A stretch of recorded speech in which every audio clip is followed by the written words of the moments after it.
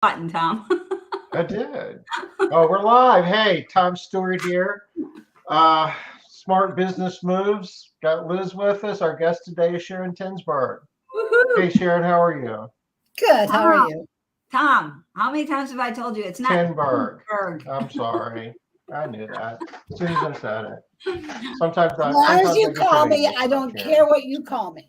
Nice.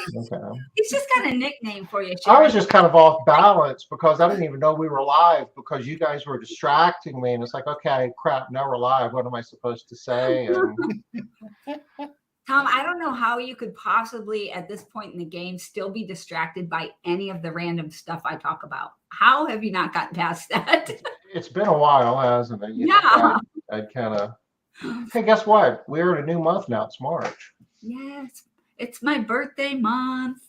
Yes, Aw. it is. I'm excited. Yeah, and Your it's my birthday- grandbaby's birthday month. That's Your more. birthday. Your birthday's a long time away.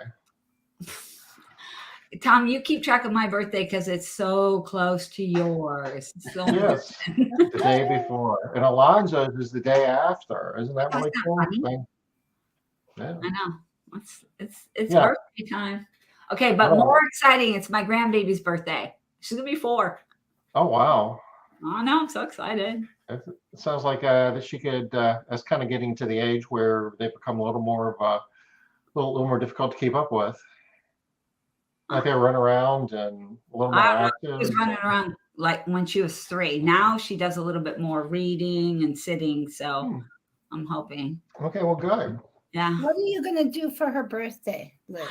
I'm so glad you asked. So we're going there tomorrow. We will fly there tomorrow. Her birthday party, she's having a pool party on Saturday, and there's, I don't know, like 45 people coming. But what Grammy and Gramps are doing is taking her shopping on Friday, and she gets to buy anything she wants. So she's so excited. She keeps sending pictures of things she wants. Could I get this, Grammy? Yes, you can. I can? Yes, you can. Can I get this? Yes, you can. There's no limit? No limit. Oh, Tom, we need to get a list to this girl. Yeah, that's what I'm thinking. I'm thinking Shara's gonna like give her a picture of a Tesla. No worries, she's 4. Well, Next year, we might have to rethink this, right? I'm already thinking like, how can I incorporate the number like 4 into what she gets, right? You can have 4 items or yeah. But the number keeps getting bigger, so that's kind of scary. I feel like a 17-year-old would definitely want like something bad. I don't even know what. Anyway, I'm excited. So, hey, did you guys hear the news? Did you guys hear the news the other day where Target is announcing that they're going to be bumping wages up to like $24 an hour for some of their, not in every city, but in some markets for like their starting wage? I did hear that. Yeah, I read that. Where did you send that out, Tom, to us? I think Matt posted it in some of the Facebook groups, Yeah. but I remember back like a year ago, I was listening to like one of the heads of one of the fast food chains, and he says, well, $15 an hour is what it's about now, but the day is going to be coming really soon. It's going to be like $25 an hour. That when you throw inflation and everything else on, we might get there quicker than what anybody thought.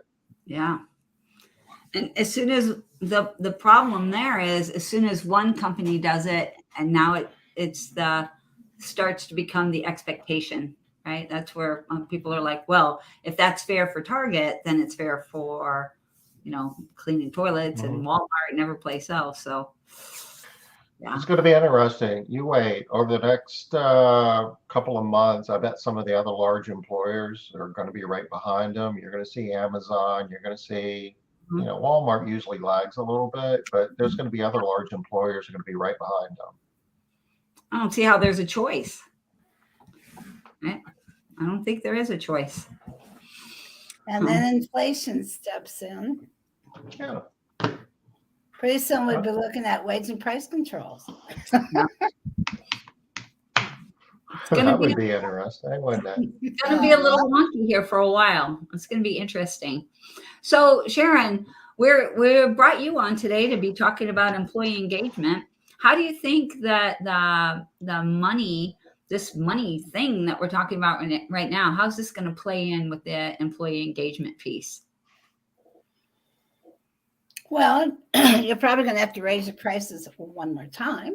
I was preparing for this, though, and read a couple pieces that said that engaged employees increase your profits by 24%.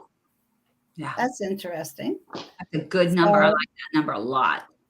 I would say that's a lot of money. So I would take some time to figure out how to engage your employees. A lot of those surveys, the surveys like that I've seen kind of follow that up with, then typically about 20% of your workforce is engaged if you're lucky. Right. Mm-hmm. Mm-hmm. Yeah. And if they are engaged, they also last 83% longer than your other employees. So I'm going to say the challenge is to figure out how to engage your employees, which quality driven. Paul did a great job with this, I thought, and that engagement one. And as you said, it was the best attended. It's time consuming. And we live in a world where people don't want to put that much time in anymore.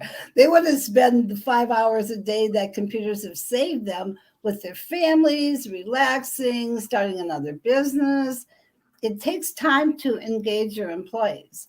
And I don't know, maybe you're going to have to give up a little bit of that time and go back to the engagement because it'll make you 24% stronger on the bottom line. So maybe get more money out of your company than starting another one. I don't know. Actually, Sharon, you know what? I think you kind of, hit the nail on the head there with one of the main reasons why employee engagement is such a challenge, because it does take time, and it takes a lot more time than people think it's going to change or take, and more than they're willing to invest. I think that even if they hear those numbers, like Tom didn't do any research to have, I'm guessing, Tom, you didn't do anything. No, absolutely not. Yeah. And so even you've heard this number. You knew that 20% is the typical what they hear. Hey, Denise. Hey, Jeffrey. We typically hear that 20% is about the number of how many people are engaged in your company, right? Are typically engaged. So we hear the numbers, we know the numbers, and still we don't want to invest the time. And I think you're right that that's getting worse, not better. Hey, Libby, good to see you again. I know those things. Oh, yeah. Quality driven. Yeah, Jeffrey. All right. Loving the quality driven there. Yeah, it's funny. We all just saw each other like less than a week ago, right? Yeah. Yeah. Yeah. That's funny. So at quality driven. So, so what do you think, Sharon, is one of the best ways to engage people that we know is going to take time, but like what are some suggestions? What are some ideas from your perspective of things that we can do? Where are we going to invest the time? Well, Paul mentioned it in this quality-driven presentation, and I'll tell you, I would never not do it, and that's one-on-ones on a weekly basis. And that seems to have just been, that was a problem pre-COVID. When I was consulting like you, Liz, if owners started complaining about their employees, I would always ask them if they were doing their one-on-ones, and of course they weren't. Yeah. And when they went back to doing them, they fell in love with their employees again because they were engaging with them and also got to know them and went, wow, blah, blah, blah, blah, blah. And the more you're with somebody, the friendlier you get, the more pats on the back you get from your employees. I mean, someday they're going to walk out of your office with their arms around you going, it's COVID, granted, but hey, we're all hugging one another, saying, I really appreciate you as a boss. Well, if you don't have one-on-ones, you don't hear that stuff. Right. And they don't say that stuff. And if they say it, they can hardly quit the next day. At least you got them for one more day. I'm saying get engaged with your employees just like you want your employees to get engaged with you. The ball goes in both directions. So Sharon, I don't know what we're going to fight about if you keep saying all this smart stuff. Oh, come on. We're just getting started here. We'll find something. Well, we just started happy hour earlier. No. So, but okay, but you know what I love about what you said? This is the thing nobody wants to do. Nobody wants to do the work first. They want the employees to do their thing first. They just need to be a better employee. They need to work harder. They need to be more committed. They need to, have better attendance. They. But your point is, no, it starts with us. We have to do our part better. We do our part better. And that's what gets them going. Somebody's got to start the flywheel, but it's not them. It's us. Yes. So, And it doesn't have to be you. If you have managers, if you have, you're going to have, if I don't know that trainers can do this. That's the issue, is they're cutting out that middleman. And if you don't want to do it, then you probably do have to put in one level of somebody who's going to do one-on-ones, and it can't really be the trainer. Why not the trainer? Maybe it can. You guys have to stretch. Maybe we can fight here. Why not? It might even be their supervisor. But it has to be, but then again, I think that needs to be supervised. But somebody has to sit down with them every week for hopefully only 5 minutes. But the week when you're absolutely buried will be the one when they need 35 minutes. And you're going to have to give it to them, because you're going to save an employee if you take the time, and you don't know when they need it if you don't do it every week. You have to do it the same time, same day, every week, so that they know that they'll stop whining, because they know they get their moment with you to whine to you.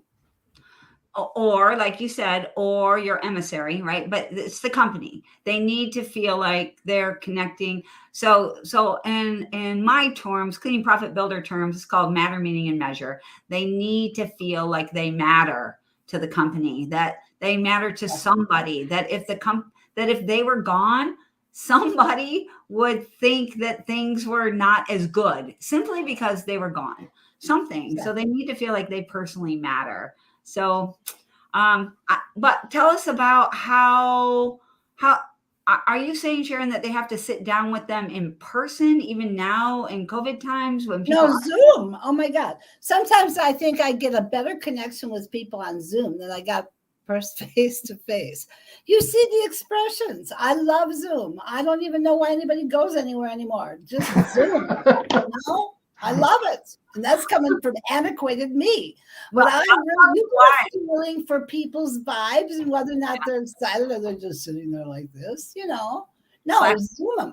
I can't believe that people stopped communicating so much with their employees at a time when it was so important. And that was COVID time. Yeah. But nobody said, I'm having one-on-ones with my employees on Zoom. No. Shame on everybody.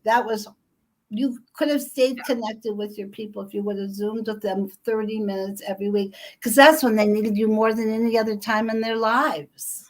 I think that a lot of business owners were afraid. They didn't know what to say. They didn't have all the right answers, but just say hi. Yeah. Thinking about you.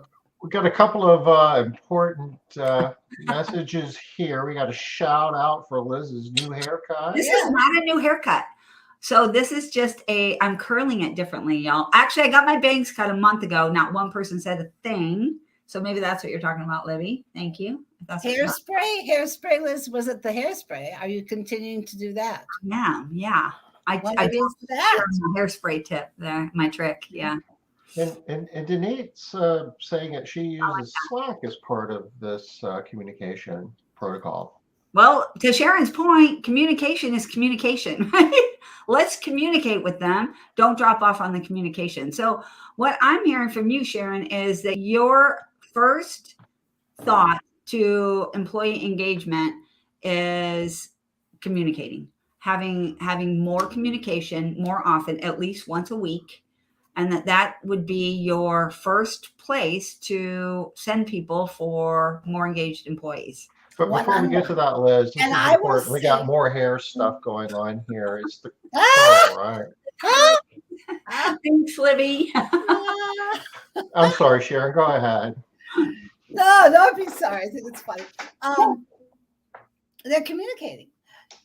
I believe that communication is communication, but I think once a week you should Zoom so you see that the whites of their eyes. There's still something to be said for seeing the whites of their eyes. What kind of reaction do they have? Are they just telling you what you want to hear? It's harder to hide it on their face. So I'm going to say, if you can't find enough time to do that, perhaps you have too much going on. I mean, I did these up to 16 employees. I mean, those poor people were sitting in the lobby. If somebody needed 45 minutes, they were like so mad at me when I came out of my door, and I would never let them go home. If they were absolutely adamant that they had to get to their kids, I would grab them and their paycheck, and I would close the door and say, see, they couldn't get their paychecks until they talked to me. Yeah. And that's the way I forced myself to talk to everybody. So I would close the door and say, is there anything we need to talk about? And they'd go, no, Sharon, we're fine. Let us out of here. Just give me my money. But once in a while, they would say, yes, I want to be next. And it would save the employee. Maybe I can get some disagreement going with this question, okay? Like I think everybody agrees that one-on-ones is good and weekly is certainly a good cadence, but what is the best practice for actually doing a one-on-one? What do you say? How do you do it? How long should it be? Are there any, should it be like a structured format with like a form or something, or checklist, or how do you do a one-on-one? Actually, I have a form, because when I told my first client, like consulting, to do on one-on-ones, they called me the next day and said, well, that was awkward.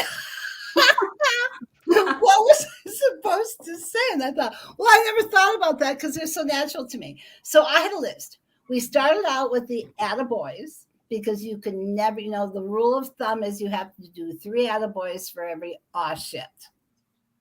So you have to get as many attaboys as you can find, because you're going to have a whole lot of aw. Okay. So I used attaboys a lot. I would call them and say, good job. I'd pat them on the back. And then when they came to their one-on-one, I'd do it one more time. So I started with any attaboys that week. Then I went to the shoot. I'm laughing because 20 years ago or longer, we had, ABs and ASs, and we actually had reports that would print out, and it was like, what's AB and AS stand for? And it's like, don't worry about it. But Sharon is telling us now. Now we know the secret about what that is. Yeah, exactly. Well, I think it's okay to say it on air now. It would not have been okay to do it back then. No. It's 2022. We're good. Yeah. Then third was efficiency. We discussed any home they went over and then why they went over. So you know what, Sharon, you were ahead of your time with that, with the efficiency thing. You know how long it has taken people to get on board with this idea. And I know, so for those of you that are on here, when Sharon's talking about efficiency, that's what we typically call productivity now. We kind of switched the terminology on her a little bit there. It's time for me to retire. But it's still the same thing. But it's still the same thing. As you were on all the jobs, you were checking that people were making time on the jobs. Tom, we, as much as like just maybe even 4 years ago, when we were teaching foundations, nobody was checking productivity, were they? Mm-hmm. Nobody. No, at all. Was not a consideration. No. And Maid Central really, I think, opened up a lot of people's eyes around that. But you did first, because you have been talking about that, again, decades. Well, that's how you make your money. And Tom, I'll tell you this. So when I did 95 homes a day, I paid Anna, she loved it, 52 hours a week. So I had to pay her overtime to figure out the efficiency on 95 jobs.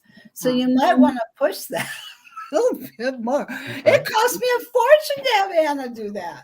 It really did. But and it's so easy. Central, right? It's hard to imagine. Now it's like click a button. There goes Anna's job. Doesn't need that job. Really, I mean, when you're big, this is big money. But if you don't watch this big money, it's also big money if they're not hitting efficiency.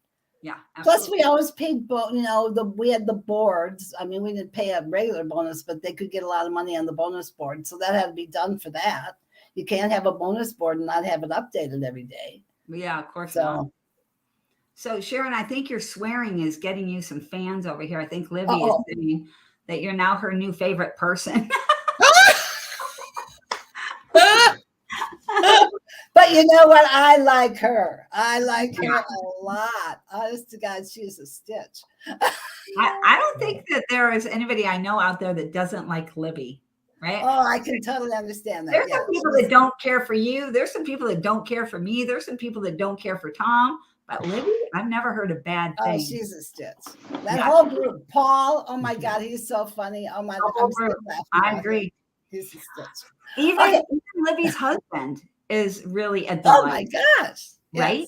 Yes. Yeah. Day and night. Day and night. It's true. All right. But hang in there, Libby. Keep working at it. You'll find somebody that won't like you. Yeah.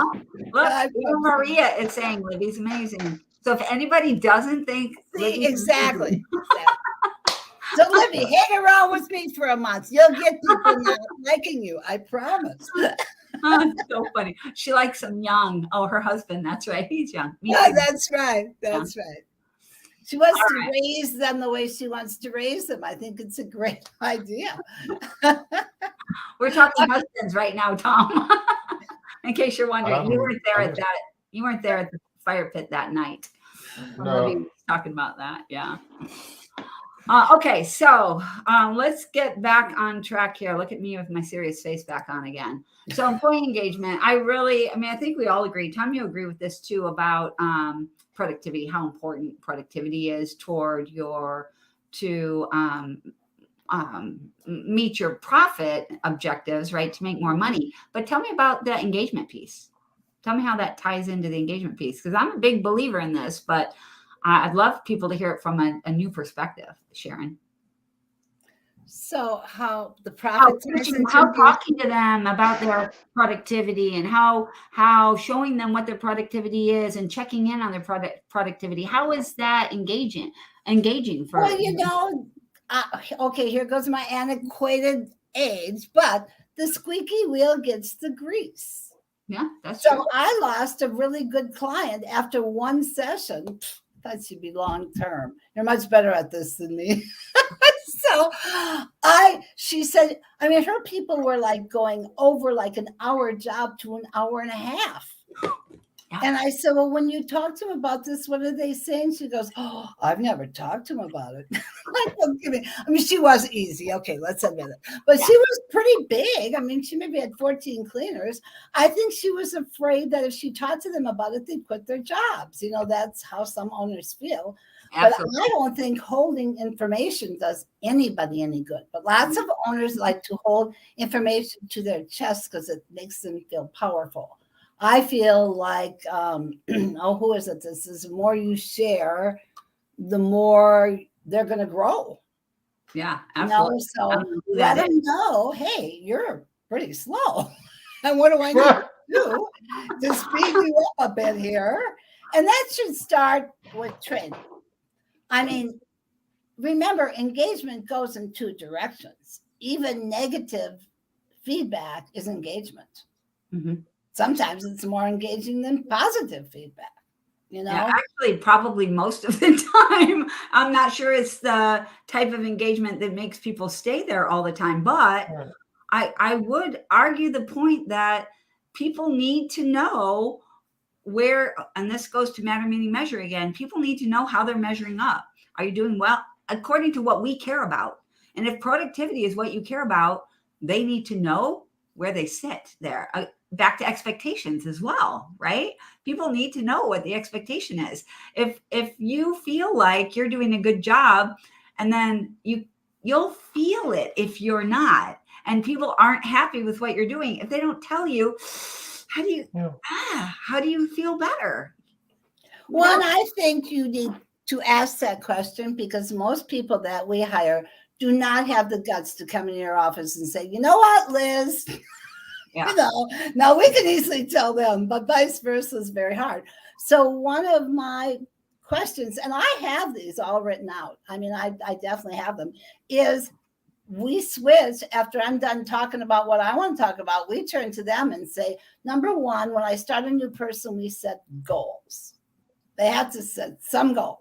And if they can't think of one, I think of one for them. So maybe it's like, okay, you know, and I tell them that if you don't think of your own, I get to set one for you, and I think you'd be happier with yours. But it can be something like they want to help their kids get a better grade in school and reading. And then I just follow them on that path. Or let's say they want to go back to school. Well, then we set a small goal like, well, where do you want to go? And we continue on that question in every one-on-one until we figure out where they want to go to school, and then we take it to the next step. Okay. So we talk about their goals. We talk about what went well that week, which I think you do, but it's better behind closed doors. If you want to say in a group what went well that week, the people are going to say what went well that week are already engaged. It's the other ones that don't say anything that you want to get engaged, and they'll do that behind closed doors because they're comfortable there. Okay. There's a better opportunity for sure. Yeah, because they're not competing with the already blah, blah, blah, like you and me. Good luck to them. You know? So, and you don't need to hear from you and me. We're engaged. You need to hear from the other ones. Okay. So, and it's also comfortable place to get a real story of what happened, why they missed the cobwebs or whatever it is. You aren't going to get that in front of somebody. Well, I didn't mean to say cobwebs. Why they missed the dirt behind the door in the bathroom. Okay. Yeah. I say you can't, if somebody calls up and says they did that, you don't talk about that in a meeting. Because all right, here we go. We get to argue now. Yay. Okay. I'm so excited. Talk about it if you want to, but the people who really did it probably won't think they're the ones who did it. Now and that we're going to agree on. We are going to agree on that. Yeah. Okay. But we're going to argue about where to say it. We got to do that. Well, if you're having a one-on-one, if you say it in a group meeting, people who didn't do it have to sit and listen to you talk about, rag about the dirt in the corner. And the ones who did do it probably won't admit it. But if they did do it, we need to find out why they did it and correct that problem. And you really can't do that in front of everybody else because that's against every rule I've heard. But it could be that they need new glasses. I've bought lots of people glasses. You aren't going to find that out in the middle of a meeting. You're going to find that out in a one-on-one, which is why I say, or maybe they don't have in their process where they close the door and they do miss it. And maybe they'll admit that. Yeah, I forget to close the door a lot.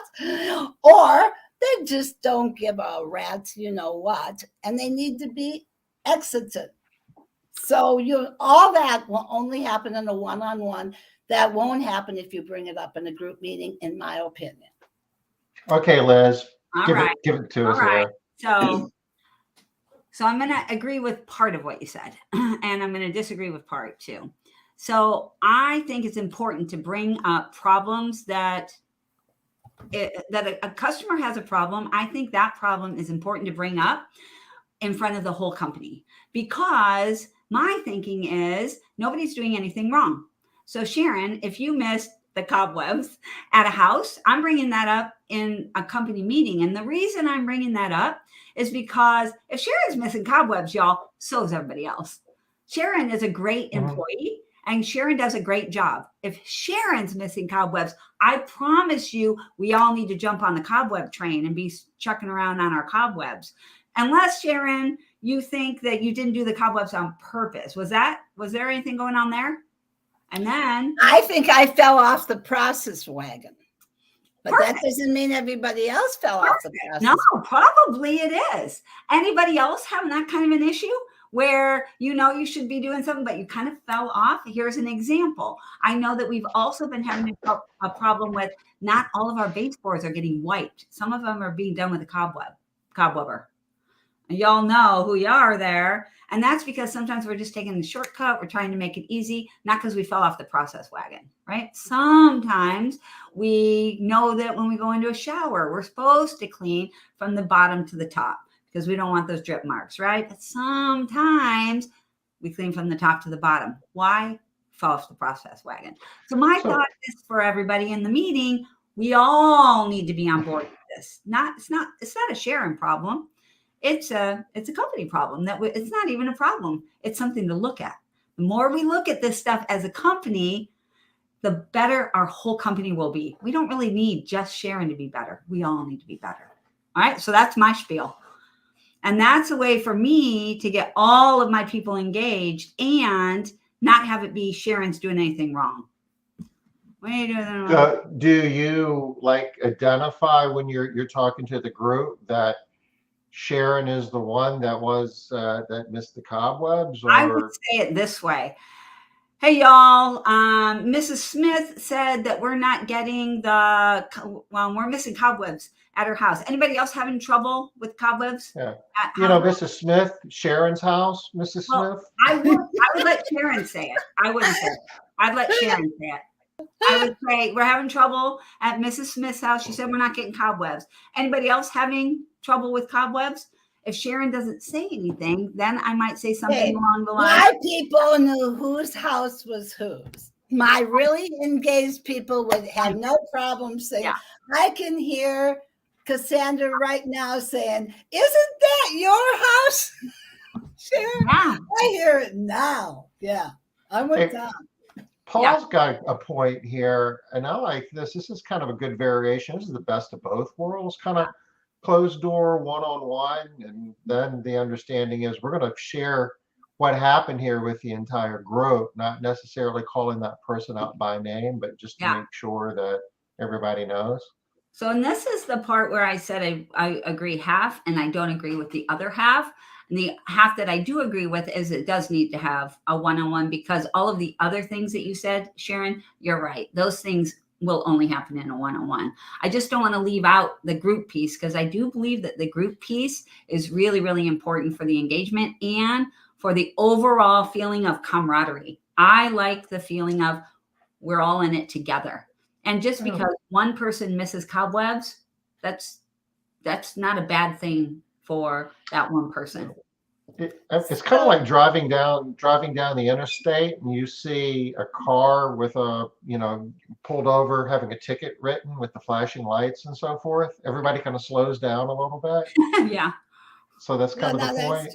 That's a good point. Yeah. So I have this philosophy that when you are in a group of 2 or more people and you're a leader, everything that comes out of your mouth should be positive. Oh, okay. I don't have Otherwise, that. We can argue some more. Otherwise, you're in a management role. All right. So I try very hard to have my meetings just upbeat, upbeat, upbeat. And part of the reason I did this is I once had both kinds at MCI Long Distance. Okay, wait a minute. You are in direct conflict with what you said earlier. You also said earlier, maybe you weren't live, you said that you should have an argument every single day. Do you consider arguments to be positive? I do. Oh, that was behind closed doors with one person. I got you. With my so boss, you meant in 2 or more. All right.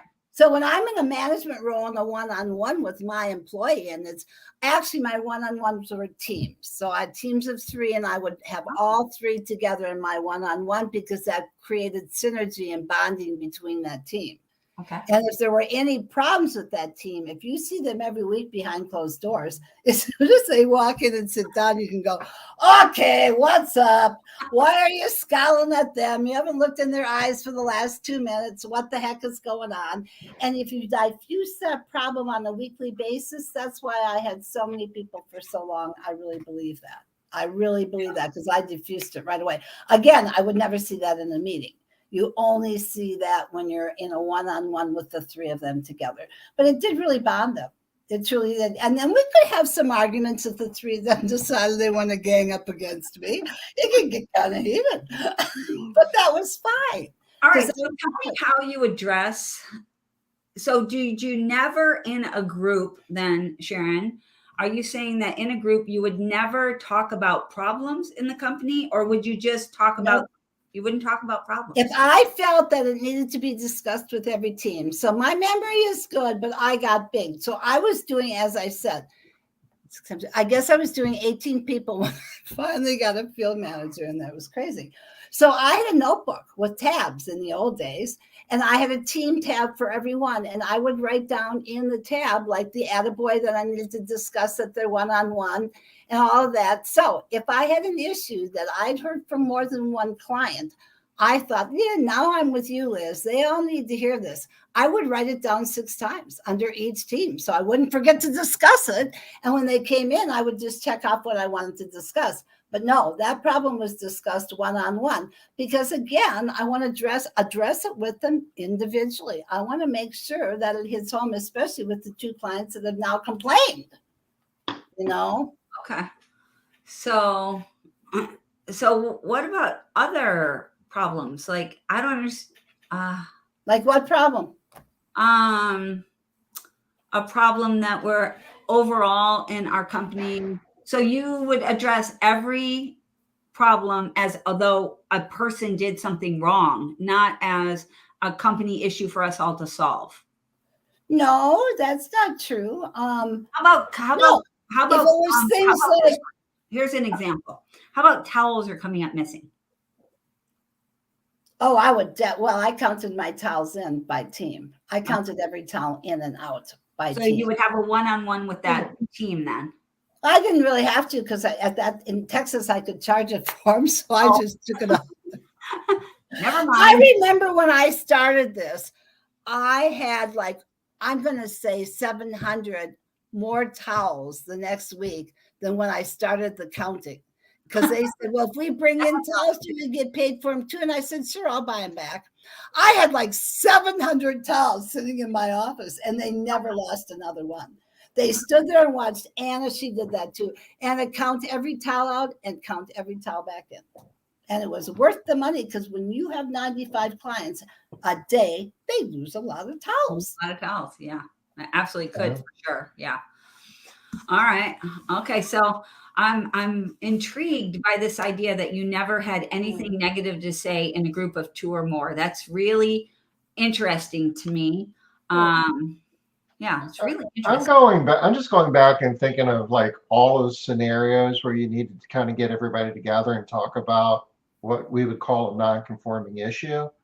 Yeah. And every once in a while you get something like I'm thinking of something like theft, or somebody who had an automobile accident that was, avoidable, or any type of accident, arguably is. Talk about that with everyone. She would only talk about it with the people that had the mistake.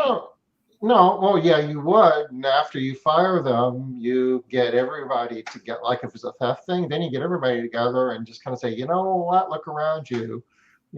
So-and-so is not here anymore, and let me explain why. And they're going to, share all of you our policies on this and how it works. And just, I need everybody to make sure that you understand there's consequences. I mean, it's a friendly reminder, Uh-oh. You know what, Tom? A thief is a thief.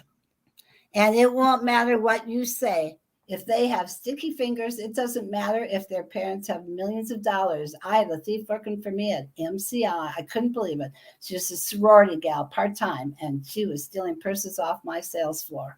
A thief is a thief, and I don't think it matters what you say. They're going to.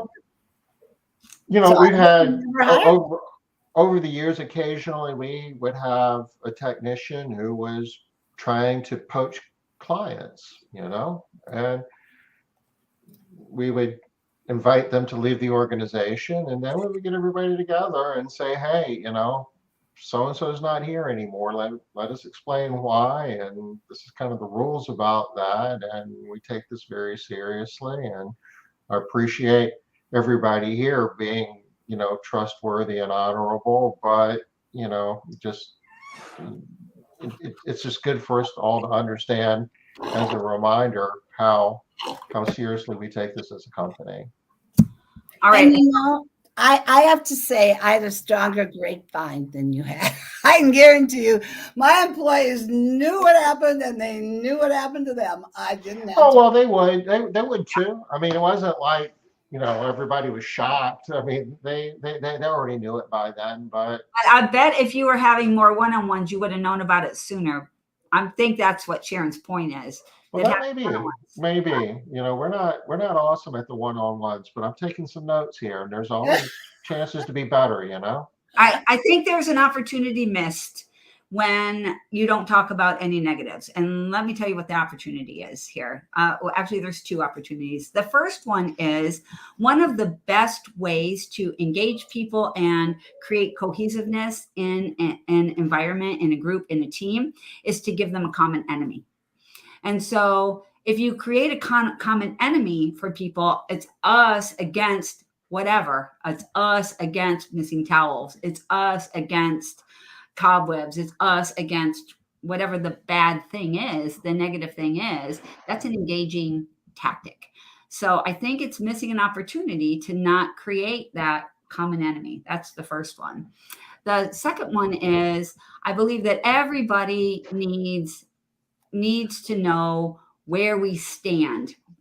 And this is a story that I heard somewhere, I don't know. And I usually say that it's my story and tell it that way. And then later I tell the truth. But right now I'm just going to tell you, it's a story I read somewhere.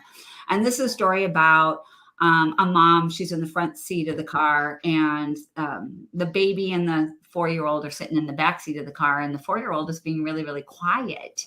And the mom says, "Hey, Susie, you are being so quiet. What a good little girl you are."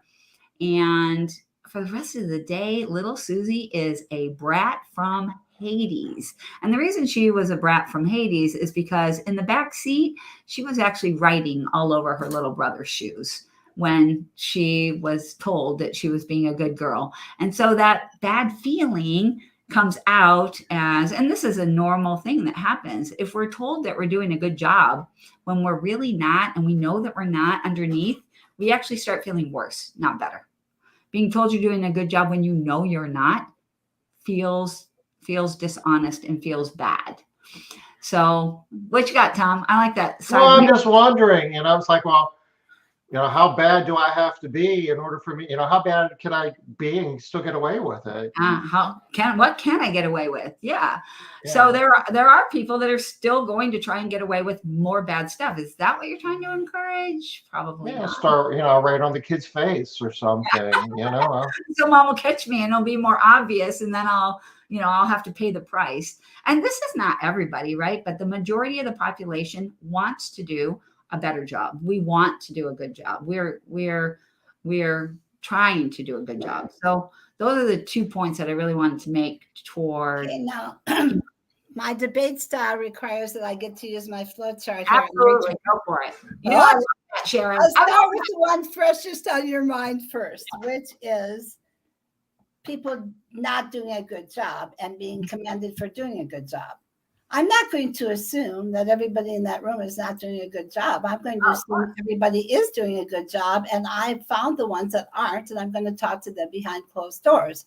So again, I see no need to be negative in that room. I'm going to assume that I know who's not, especially with all the tools you all have now to know who's not doing a good job. I mean, come on. I paid Anna to do that too. No wonder she had 52 hours. Figure out who's giving her all the response cards with the 5s and the 4s and the 3s. Oh my cards. I'm so happy. My God. Stamp them and leave one if they have another one. And that was ridiculous.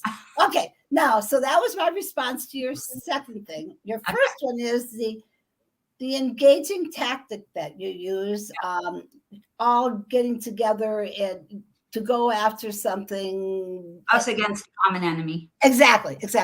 I feel that there are 2 ways to engage people. One is a gun and one is a fishing rod, where you kind of reel them in. Engaging? Well, I kind of feel like yours is a gun, Liz. You definitely would get their attention. It's like you're ganging up for a negative reason again, though. What you're ganging up together and what's pulling you together is not positive, it's negative. Where I would rather reel them in with something positive and have them engage themselves rather than me giving them the reason to engage. Because really love some intrinsic motivation there, and it can be engaging, but I mean, I feel like it's common wisdom that the most engaging thing is common enemy. So you want to get a country all on the same page, fight a war. Yeah. Like, common enemy. Bad timing probably to be bringing this up. Sorry for everybody that hit a sore spot on. I'm knocking wood over here. You have to remember, Liz, I was from the generation that wore the big peace signs on our chests, our bare chests. We didn't.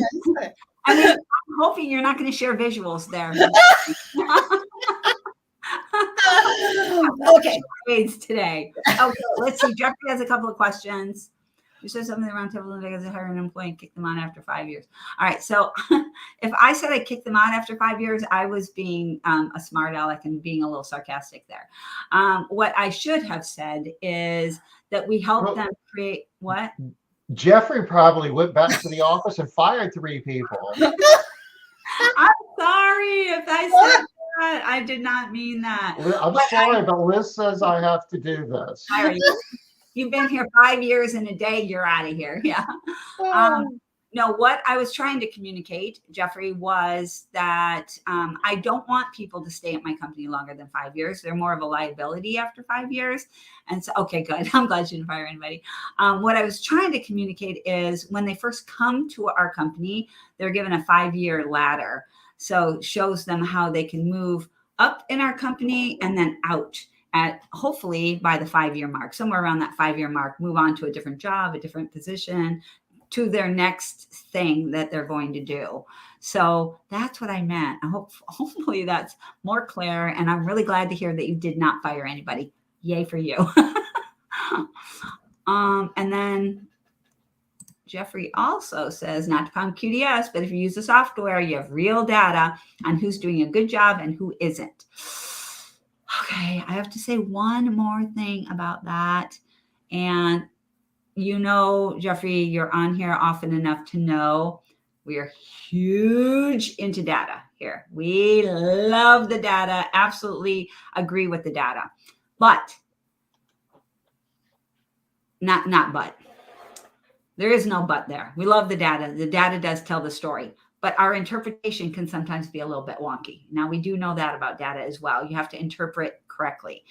Because somebody's score is dropping does not necessarily mean that they're doing a bad job. There are multiple reasons why somebody can have data that is a little bit out of whack. There might be some miscommunication going on. There could be a breach of expectation. They could have heard something that made them think that, who knows, I'll give you an example here. Sorry for all these examples today. We had a job. This is called the Bayless story. We have a lot of stories in my company. This is called the Bayless story. I was at a job and I was upstairs. This is back in the day. I think I was doing a quality check or something. So upstairs, and we had 2 vacuums at this time. We had an Oric, and then we also had a Kenmore, like a floor vacuum, because we worked in large teams a lot of times. So we needed 2 vacuums. And so we're upstairs and we had the Oric upstairs and it threw a belt. And so I called from upstairs, hey, we can't have this Oric up here. Somebody grab a canister vac and bring it up here. Well, this team was on their notes. They instantly updated the work order to read, you cannot use an Oric upstairs at Bayless. Of course, that's not what I said, not what I meant, right? But that was what the work order now said. About 8 months later, I went back to Bayless for something and somebody said, hey, we need the canister upstairs here at Bayless. And I was like, why are you guys lugging the canister back upstairs for one little tiny piece of carpet at Bayless? Liz, you said we can't use. So there are times, many times, that can happen. I know that was a really long-winded story. Sorry, y'all. But that happens a lot where we can get into a situation where we can think somebody's doing a bad job when really there might be something else going on. And just because somebody is missing something, I don't necessarily think they're doing I don't know that I would term that as bad. So to bring that back to engagement and one-on-ones, I guess that would be one of the benefits of having one-on-ones. Hopefully you could get some clarity on stuff like that. But it would also be something to be brought up for the whole team, right? Y'all need to be watching out for this stuff. Yeah. Hopefully somebody would say, hey, Liz, just curious, why is it that we can't use the Oric at the Bayless house? Yeah, and they're probably not going to think about that. After they leave the Bayless house, how many times do your employees talk about a job from yesterday or 3 days ago when they're in their one-on-one? They don't care why they don't use the vacuum. They know they're not supposed to use the vacuum. They don't use the vacuum. And there's some stuff they can care about, but for the most part. In a perfect world, they say, hey, Liz, it's just one little teeny piece of carpet. How come we can't use... That would be the perfect world. So we live in the United States of America, Tom. All right. Okay. So Liz, I have to ask you a question about something that you brought up a while ago. You said that you don't want anybody at your company longer than 5 years. Did I hear that right? She fires them. She fires them after 5 years. Not. I do have people obviously that have been at my company for longer than 5 years as technicians. I don't want them working as technicians for longer than 5 years. It's expensive. It's hard on their bodies. You know, I end up paying more in different things that I would have to do. So yeah, I prefer not to have people in our company for long. We had so many people that were working for us for long periods of time, and we were paying for, you know, rotator cuff and wrist and all of these other problems that kind of went away with the 5 year.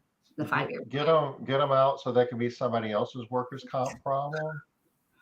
Well, I just want them to be doing a different job, maybe. Or I have to say this, Liz. When I left, we had 60 people.